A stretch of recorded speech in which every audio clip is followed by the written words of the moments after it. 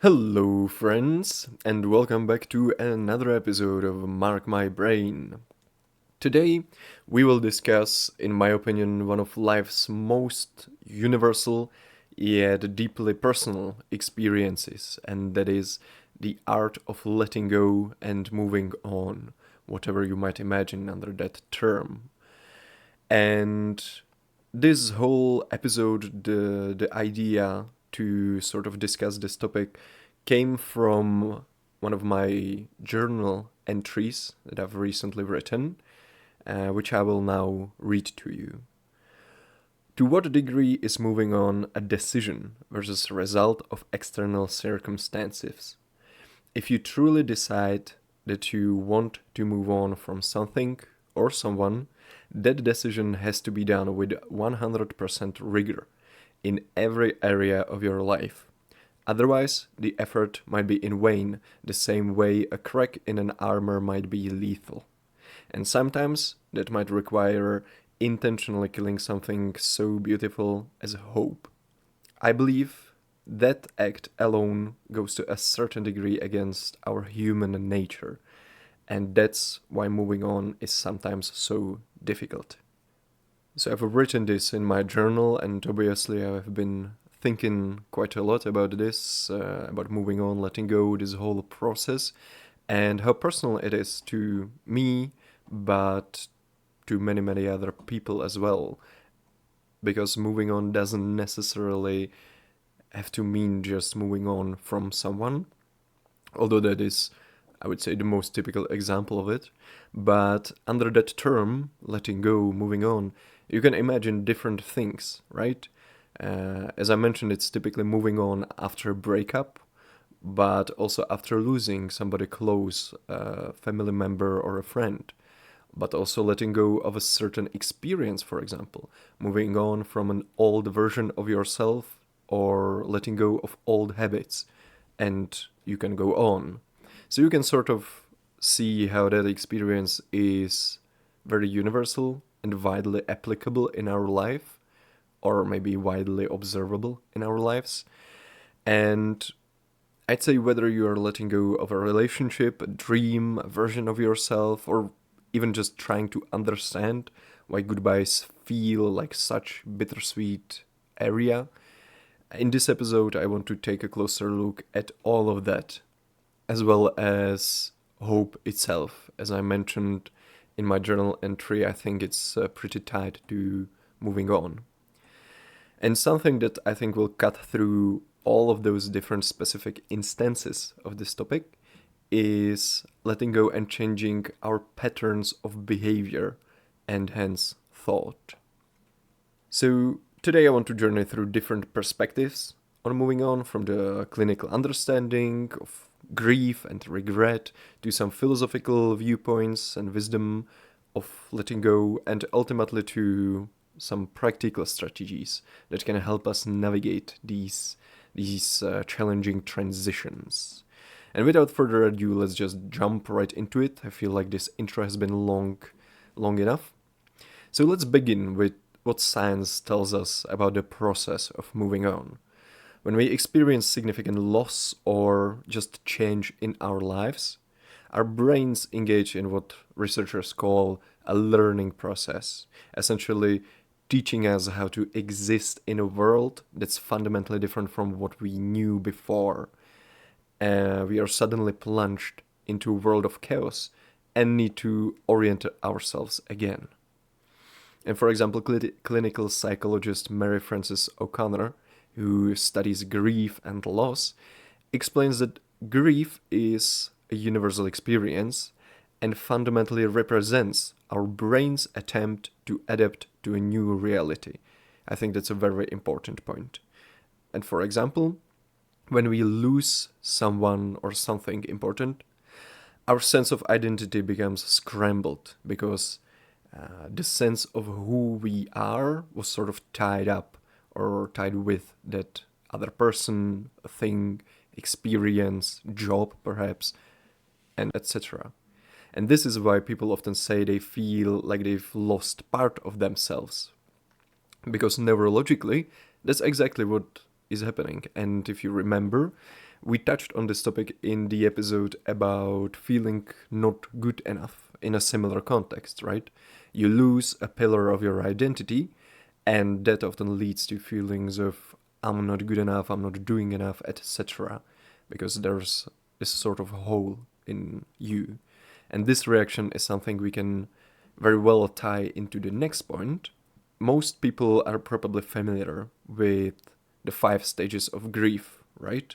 Denial, anger, bargaining, depression, and acceptance.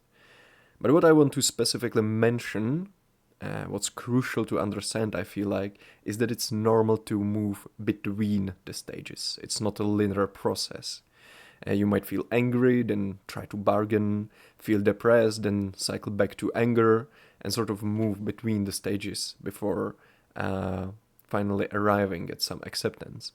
And even from the point of acceptance, you might sort of slide back into some of the other stages. So it's a process, just describing the different stages, but keep in mind it's not a linear process.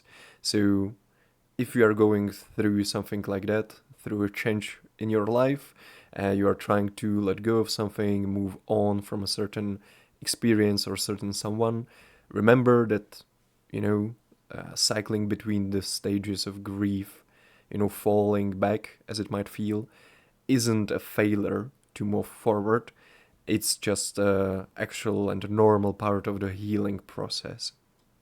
And again, these stages can be applied to different scenarios beyond the traditional grief of, you can imagine, like losing a family member, for example, because research shows that even post breakup grief follows similar patterns. And the stages can be applied to basically any significant life transition where we are letting go of what was and what we hoped would be. And again, hope is an important factor here that we will touch on later. And the key inside here is that these stages help us cope with that change that happened in our lives. Denial, for instance, gives us time to gather support and process information gradually. Anger can motivate us to make necessary changes. You might remember that that's exactly what we talked about in the episode about the utility of anger. Each stage serves a psychological function, even when it feels uncomfortable. And it can be very uncomfortable. Even research advocates for that because brain studies have revealed that withdrawal of romantic love activates the same mechanisms in our brains that get activated when addicts are withdrawing from substances like cocaine or opioids. And this explains why moving on can feel genuinely physical painful and why we sometimes find ourselves obsessively replaying memories or seeking contact with someone we are trying to let go of. This addiction like quality of attachment means that moving on isn't just an emotional process, it's a neurological one. Our brains are literally rewiring themselves to function in a new reality, which is why the process takes time and why rushing it rarely works. So take your time, don't feel bad if it's taking longer than expected. If you are moving between the different stages of grief, it's all part of the process and it's okay. Just remember that. And you know that I always like to sprinkle some philosophy in my episodes, and today will be no different. The Stoics, particularly Epictetus, taught a fundamental principle that remains relevant today, that some things are under our control while others are not. And when it comes to moving on, this principle I feel becomes essential. We cannot control what has happened to us, what others do, what others think, or even always what we feel, but we can control how we respond and what actions we take moving forward. And for example, Viktor Frankl, a Holocaust survivor and psychologist, echoed this sentiment as well. You cannot control what happens to you in life, but you can always control what you will feel and do about what happens to you. And the Stoics also believed that much of our suffering comes from the way in which we interpret things, rather than from the things themselves. And in this perspective suggests that moving on isn't just about time healing wounds, it's about consciously choosing how we frame our experience and what meaning we derive from them or lessons we derive from them. And moreover, another key Stoic principle is that everything is born of change, and basically all universe is changing. And so in order to achieve your goals, your dream relationship, to better your life, things have to change, even though change can be scary sometimes. So in this same manner, you can frame that painful experience as an opportunity to grow, and letting go and moving on as a means to that end. And there's something that other schools of philosophy feel similarly about. For example, existentialist philosophers like Jean Paul Sartre argued that existence precedes essence, meaning we exist first and then create our identity through our choices and actions. And again, from this perspective, moving on becomes an opportunity for radical self creation. When we lose something that was central to our identity, it was part of our core, again, it was a pillar of our being, we then have the freedom to consciously choose who we become next. And this can be both terrifying and liberating, right? As Sartre noted, we are radically free to shape our own lives. Moving on, then, isn't just about healing from loss, it's about taking responsibility for actions and actively creating the next chapter of our lives, which can feel scary. You know, responsibility always has that sort of scary part to it. It can also even be overwhelming, but ask yourself, what other option do you have? Do you want to dwell in your grief? Do you want to dwell on the negative thought patterns? Or rather, you will make the uncomfortable decision, step into the area of responsibility, and choose your next action and your response to what has happened accordingly. Now, a big part, or obstacle perhaps, of letting go and moving on, at least for me, are regrets. So I want to focus on that as well. Regrets can sometimes feel like anchors, right? Tying you down, dragging you back. But interesting piece of information I learned about regret is that according to studies by psychologists Shai Davidai and Tom Gilovich, 76% of people regretted things that they could have done but didn't, while only 24% regretted more things they actually did. So it seems that regrets about inaction tend to be more persistent and painful, perhaps because they connect to our sort of ideal self, who we aspire to be, our ideal identity. And when we fail to pursue opportunities, express our feelings, take risks, or make decisions, we are left with that sense of unrealized potential that at least me, or at least I, know very well. And this can actually get worse with time. In the short term, we are more likely to regret things we did. You know, the harsh words spoken, the impulsive decisions made. But apparently, as time passes, our regrets shift toward things we didn't do. And this shift explains why moving on can sometimes feel like it's getting harder rather than easier. We are not just processing the loss itself, but also the growing awareness of missed opportunities and again, unrealized potential. That's something that resonates with me heavily, for example, and again, sort of goes back to that idea of regret as an anchor, right? But based on that, I think that when reflecting, also during the process of moving on, which I guess includes reflection, it's important to pay attention to not only what happened, but also to what didn't happen and take lessons and try to learn from that as well. Because as we see, it's the things we didn't do that we usually have regrets about. So, take lessons from that, pay attention to that as well, even though those can often be the things that are sort of unconspicuous at the first look. Because we see mainly what we did, but we regret what we didn't do. So, just something to keep in mind, I think. Something I will definitely focus more on during my reflections. But let's move on from that. Romantic regrets can be especially nasty. According to research, they can literally last a lifetime, which is a scary thought.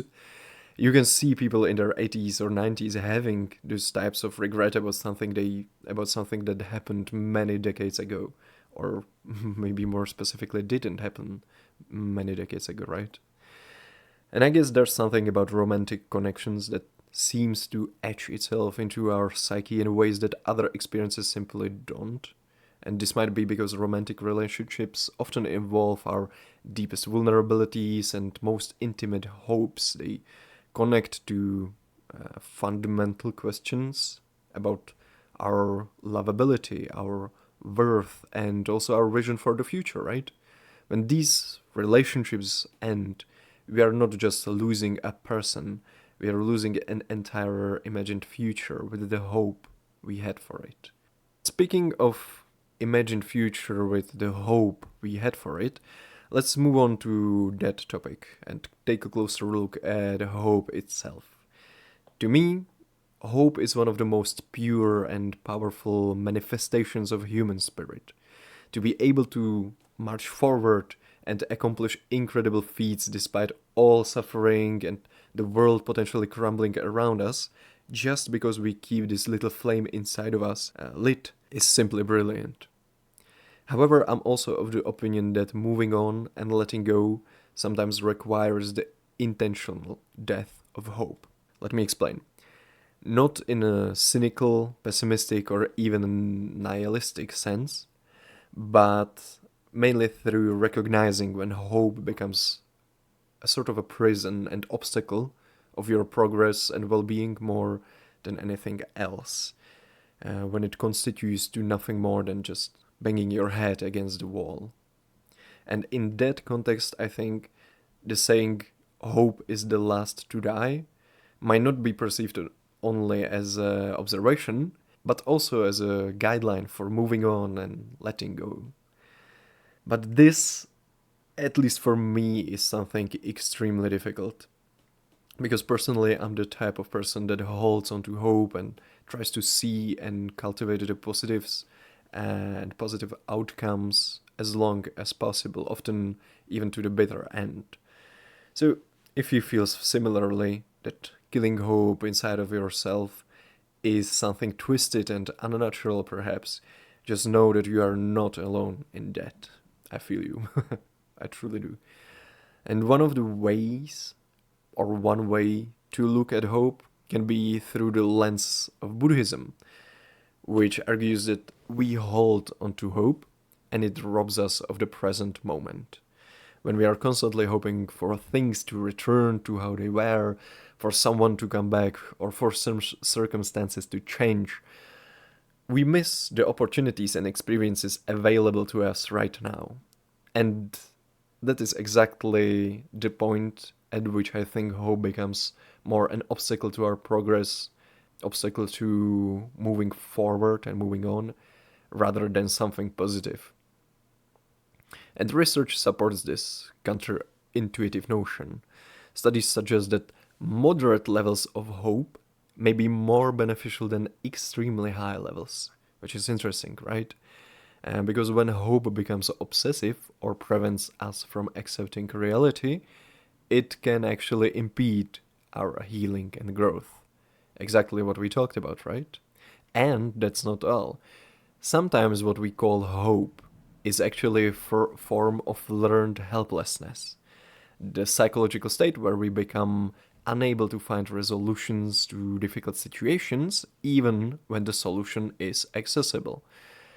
We might continue hoping for change in situations where our efforts have repeatedly failed, not because change is likely, but because we've learned to feel powerless to create genuine alternatives. And Martin Seligman's research on learned helplessness shows that people who repeatedly experience uncontrollable negative events eventually stop even trying to escape them, even when escape becomes possible. And in the context of relationships or life transitions, this might manifest as continuing to hope for a reconciliation with someone who has clearly moved on, or clinging to dreams that no longer serve our growth or are unrealistic. To me, this whole debate around hope or discussion around hope is a fascinating topic and also an important lesson. Something to be careful and aware about, because at first glance, hope is something very, very positive, and I still think that mainly in 99% of instances it is, because it just has that persistent quality in it, right? It motivates us to go and try. But as we can see, there are also instances when hope can become the obstacle of growth, impede our action, or even lock us into some psychological states of learned helplessness where we sort of become unable to help ourselves or find alternative path forward, even if it exists.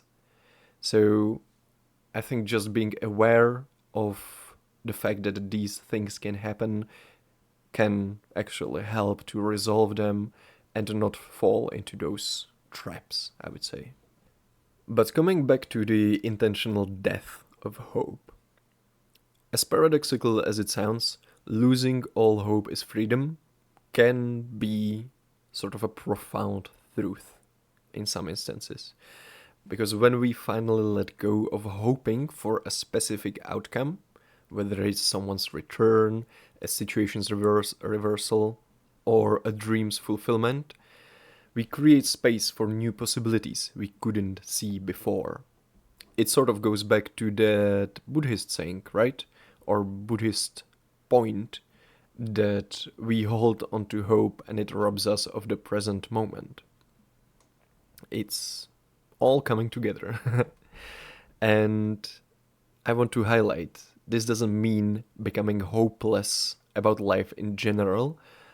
Rather, it means letting go of hope for specific outcome that is keeping us stuck.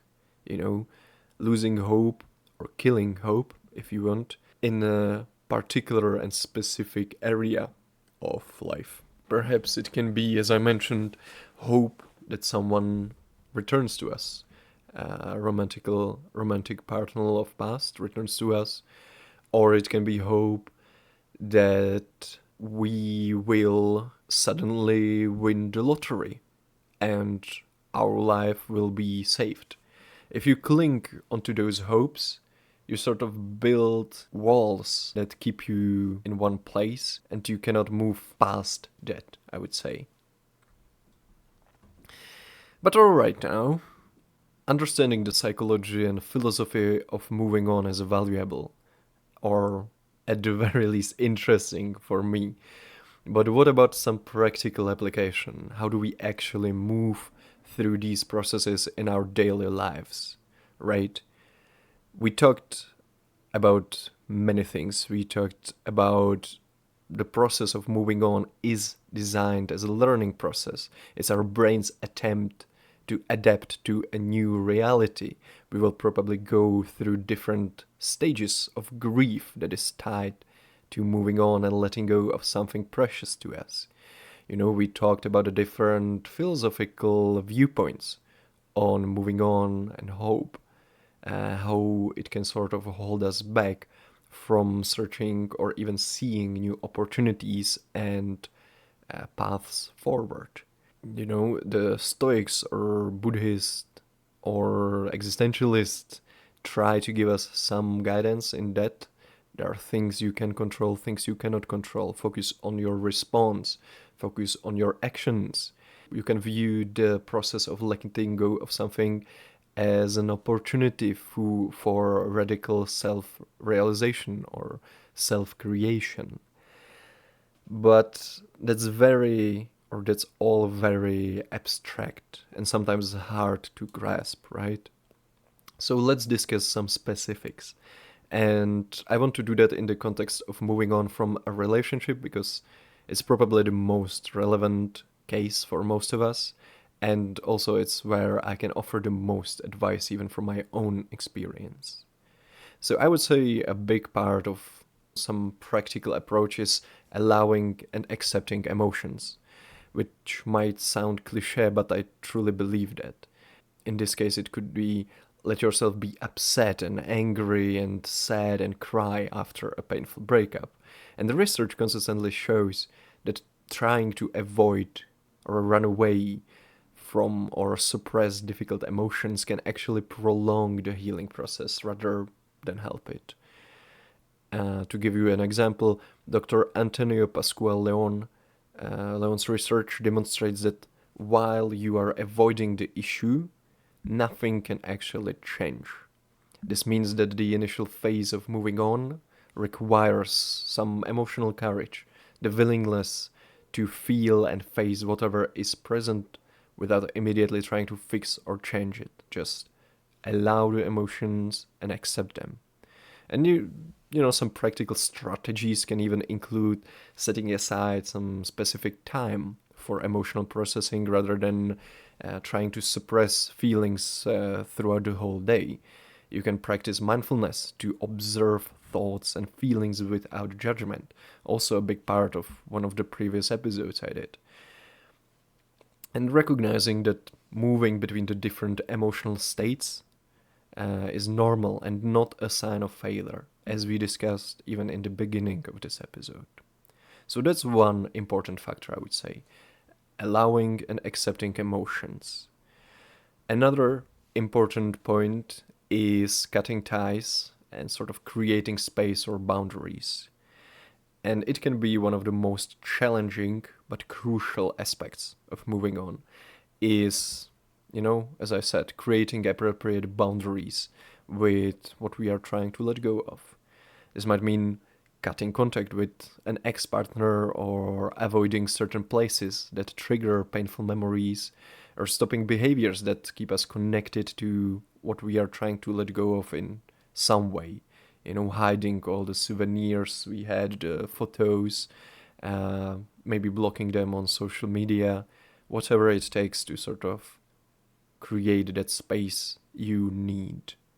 And the key inside here for many might be that, no explanation is ever going to feel satisfying.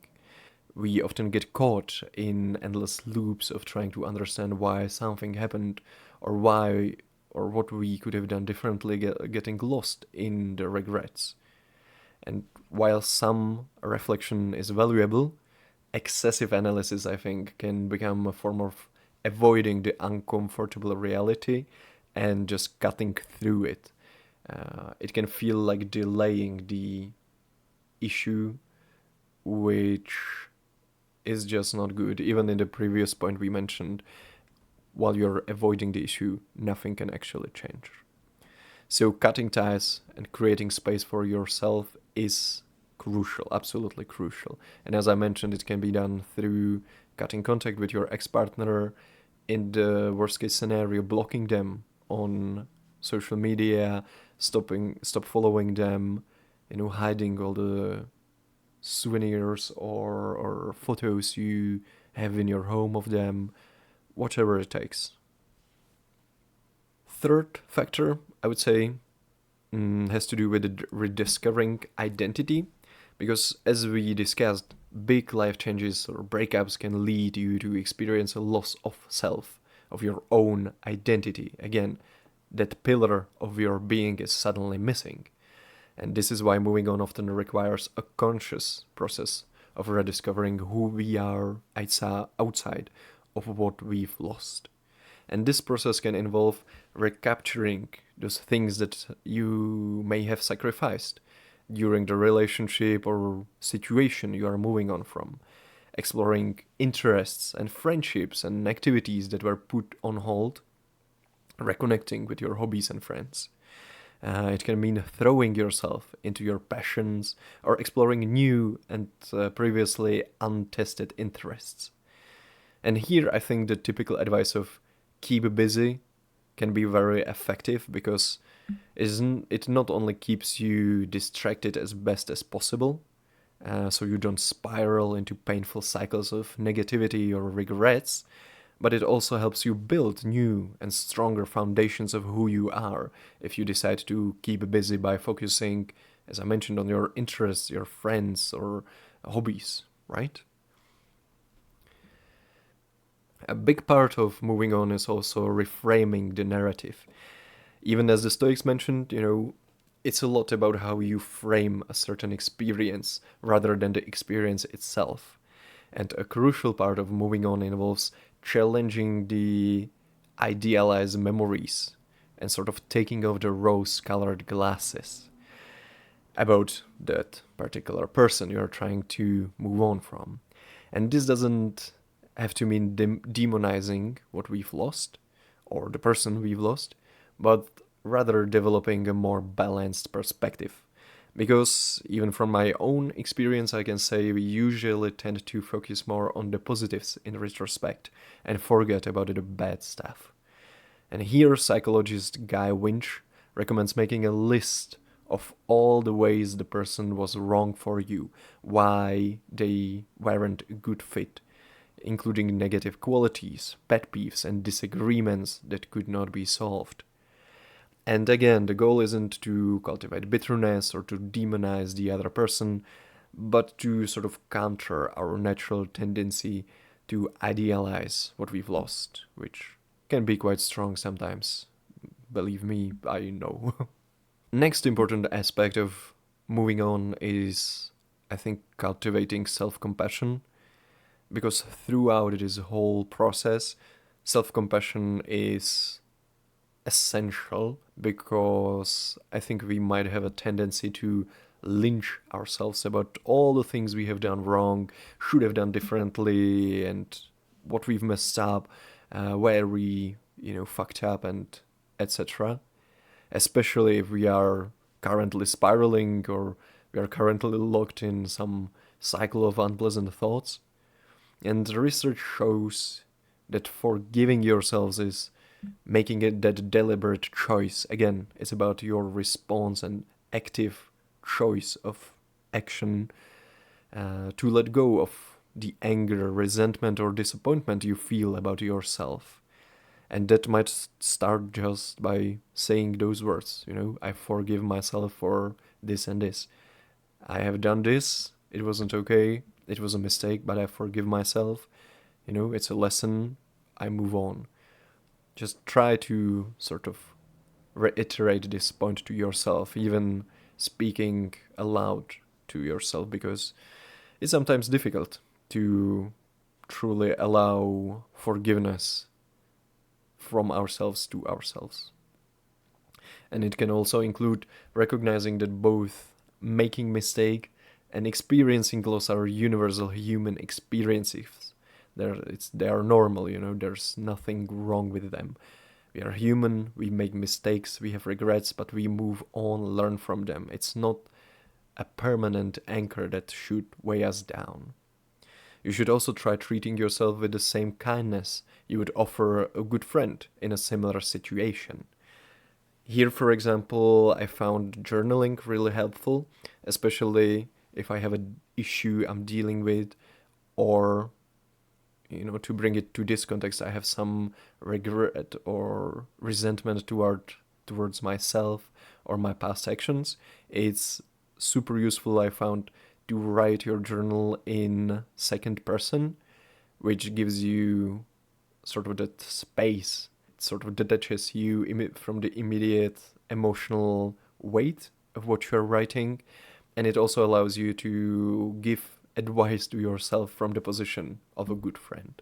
So if you're interested, try just that. And helpful might also be just the understanding that the events of the past don't determine your future. It's sort of refocusing on future rather than dwelling on the past. And last but not least, the final, stage or part of moving on involves actively creating meaning from the experience. And this isn't about finding some silver linings or pretending that loss is quote unquote good. It's about consciously choosing what to learn and how to grow from difficult experiences we are trying to let go of and move on from.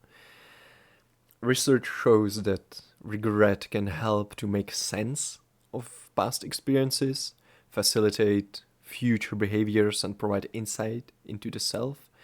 So, the goal here is to transform painful experiences into lessons and wisdom that can guide future decisions and relationships, rather than it being just a painful memory or just a painful experience. We can recognize that, but on the other part also take some good from it, the lessons, which are often invaluable, right? In the end, it could be argued that all human wisdom, in some sense, originated from painful experiences, I think, throughout the human history. And remember, true healing often requires holding sort of multiple truths simultaneously inside of you. We can simultaneously grieve what we've lost and feel grateful for what we've experienced. We can accept that something is over while still honoring its impact on our lives. We can move forward while carrying the lessons and love from our past. It's an ongoing process, not a destination.